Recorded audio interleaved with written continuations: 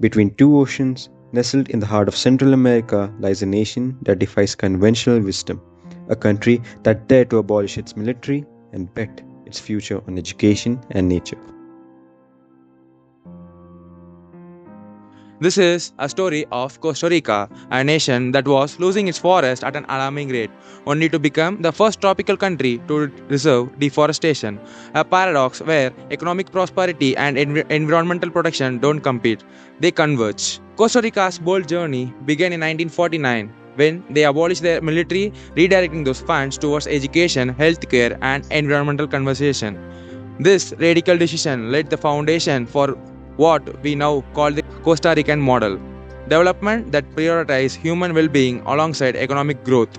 What makes this small nation extraordinary is its remarkable environmental turnaround, from devastating deforestation to becoming a global sustainability leader. Costa Rica has have a consistent policy, not of now, of a historic policy of sustainability. We managed to reverse deforestation in the past decades to increase forest coverage. And we also have an electric grid, electric matrix that's 100% renewable and clean.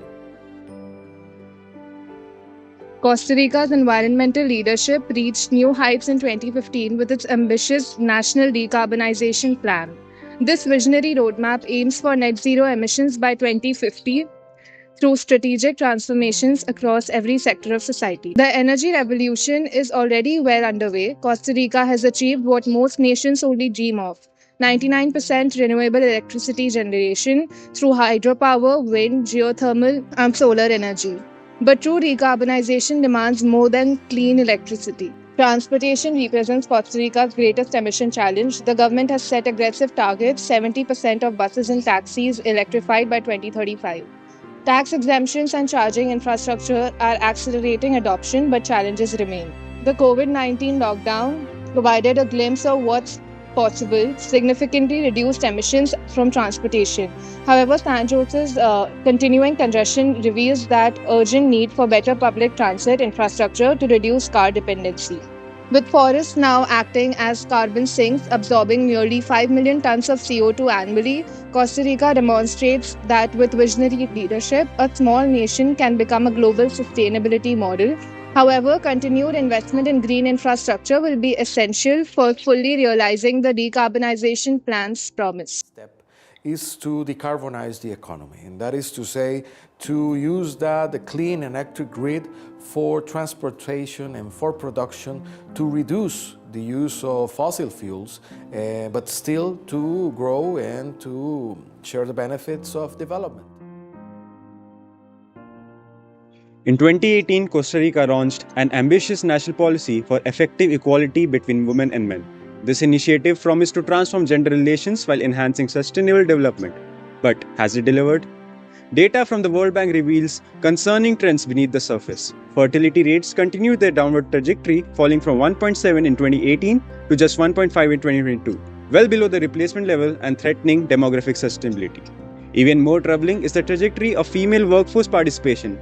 After initially rising from 39.8% to 41.8%, it has since declined to 39.5% in 2023, erasing all previous gains. Primary school enrollment ratios remain stagnant, suggesting limited progress in educational access. The evidence points to a looming demographic crisis.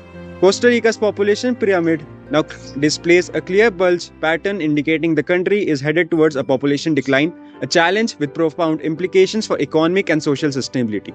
Despite well-crafted objectives, implementation gaps have undermined the policy's effectiveness. Without addressing these shortfalls in childcare, accessibility, education initiatives, and work-life balance measures, Costa Rica risks falling into a demographic economic trap rather than achieving a balanced development. So Costa Rica had invested in education, in a good macro environment, but I think now there is too much focus on the tax incentives and the subsidies I should give to foreign companies, and perhaps not as much as the things I need to do for local entrepreneurs and for local people to be able to benefit from these foreign companies. So I think we need to refocus again on the macro enabling environment. Costa Rica's economic metamorphosis is perhaps its most remarkable achievement. Once dependent on coffee and banana exports, the country has engineered a dramatic shift towards high value manufacturing and services. This transformation began in the mid 1980s when Costa Rica pivoted from regional import substitution to export orientation. Joining the GATT in the 1990s accelerated this transition, creating a more neutral trade regime that would attract global investment. The expansion of the special economic zones have been the cornerstone of Costa Rica's economic reinvention. These zones have attracted multinational corporations in medical devices, electronics, and sustainable energy, dramatically increasing export complexity. These results are striking. By 2021, medical devices had become Costa Rica's leading export category, representing approximately 35% of total exports, a remarkable shift for a country once defined by agricultural commodities. Beyond direct economic benefits, these investments have catalyzed knowledge spillovers through university partnerships and technical training. A 2021 study found 22% of Costa Rica's IT companies now work in fourth industrial revolution technologies, with 39% serving the growing medical devices sector, highlighting how economic diversification and environmental sustainability can reinforce rather than contradict each other. Costa Rica's environmental revival centers on a revolutionary concept implemented in 1997, the Payment for Environmental Services program. This pioneering initiative fundamentally reframed how we value nature. The program recognizes four essential services that forests provide: carbon capture and storage, biodiversity conservation, water regulation, and scenic beauty. By assigning economic value to these functions, Costa Rica transformed conservation from a cost to an investment.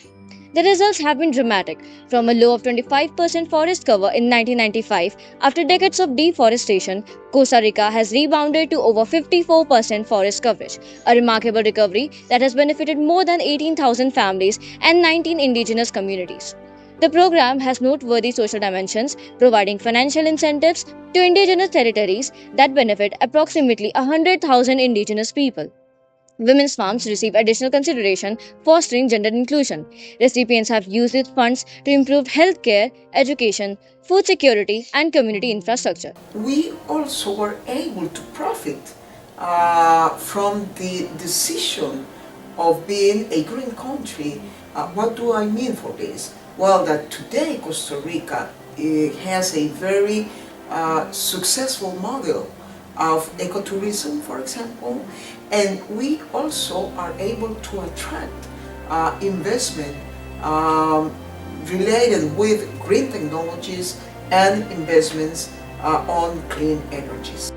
However, challenges remain. Despite its ambitions, the program has not significantly reduced poverty. Research shows that enrollment is lower among impoverished small landholders, with most contracts going to more affluent landowners. Rising land prices further diminish effectiveness in vulnerable forest areas, despite high demand for program participation. For the program to achieve its full potential, targeting processes must be improved through better institutional collaboration. Only by addressing these gaps can Costa Rica fully realize its vision of environmental protection that advances social equity. Our analysis across all units reveals that Costa Rica has largely overcome the supposed trade-off between sustainability and economic growth. Chapter 1 shows renewable energy creating economic advantages rather than burdens. Chapter 2 demonstrates that incomplete implementation of gender policies has limited both social and economic benefits. Chapter 3 proves that environmental commitments have attracted, not deterred, high-value industries like medical manufacturing. Chapter 4 reveals how payment for environmental services has generated new revenue while protecting vital ecosystem. Trade data confirms this success story, strong economic integration alongside ambitious environmental protection. Some suggestions that Costa Rica can use to improve environmental sustainability and economic development at the same time is strengthening green infrastructure and sustainable transportation. The current issue faced by the country is that despite strong renewable energy adoption, transportation remains a major emission source and urban congestion continues to be a problem. The country can expand electric public transportation and improve rail connectivity for the same. Another suggestion is to strengthen the green economy through sustainable manufacturing and innovation. The current issue faced by the country is while its economic transformation has been successful, high reliance on FDI in the manufacturing poses risks if global supply chain shifts. Some of the recommendations to tackle this issue are to improve the circular economy and sustainable manufacturing by incentivizing industries to move towards zero waste production and focusing on recycling, upcycling, and material efficiency. Local renewable energy use in industrial zones is also another way.